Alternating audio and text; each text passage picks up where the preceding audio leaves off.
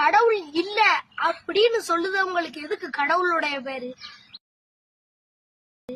ஒரு 2000 ரூபாய் கொடுத்தா உங்க மனசுக்கு பிடிச்ச அரக்க, அசுரன், சூரன், சூனியக்காரன் இந்த மாதிரியான பெயர்கள் எல்லாம் வச்சுக்கிட வேண்டியதானே? தமிழ் கடவுளுடைய பெயர்லாம் வச்சுக்கிட்டு கேட்டா நான் நாத்திகவாதி, எனக்கு கடவுள் நம்பிக்கையே கிடையாது அப்படின்னு சொல்லிட்டு தெரியுது.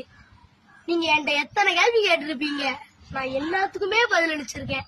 நான் ஒரு 4 கேள்வி அறிவுபூர்வமா கேட்டோம்னா விட்டா காடுன்னு ஓடி இருந்தது.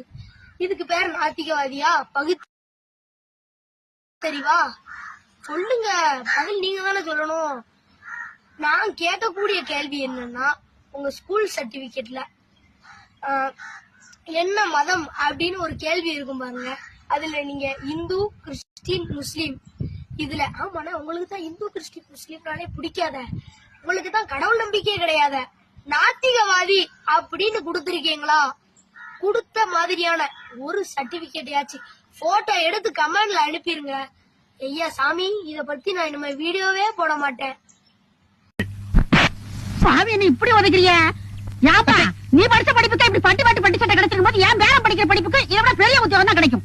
கம்பெனி கடை பெருசா தான் பேசுறிய.